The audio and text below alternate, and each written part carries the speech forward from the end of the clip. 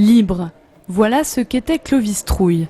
Né en 1889, cet artiste a vécu le traumatisme de la guerre 14-18.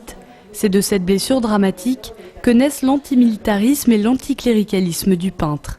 Son œuvre teintée d'humour et de situations burlesques s'affranchit de toute réserve.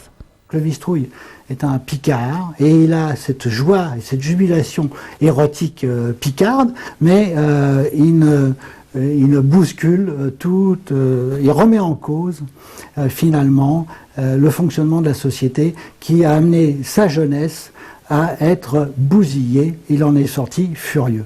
L'univers contestataire qu'il construit est teinté d'érotisme. Fasciné par les mises en scène macabres, il est dès 1930 reconnu par le peintre surréaliste André Breton, puis plus tard par Salvador Dali.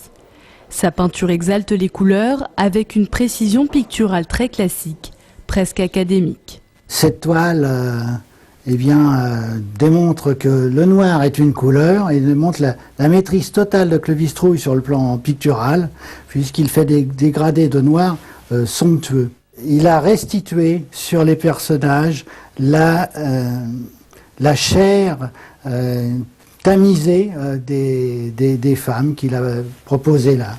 Si Clovis Trouille a pu construire cet univers fantasque, c'est aussi parce qu'il s'était affranchi du marché de l'art. Ce peintre du dimanche, comme il se qualifiait lui-même, ne vivait pas de son art. Il s'est arrangé toute sa vie pour conserver cette liberté. Il a travaillé. Il était peintre sur mannequin, donc il n'avait pas besoin de la peinture pour vivre. Il était d'ailleurs très hostile au monde du marché de l'art.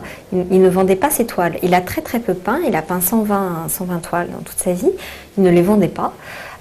C'était donc uniquement un plaisir et une expression. Cette expression, d'autres artistes l'ont suivie.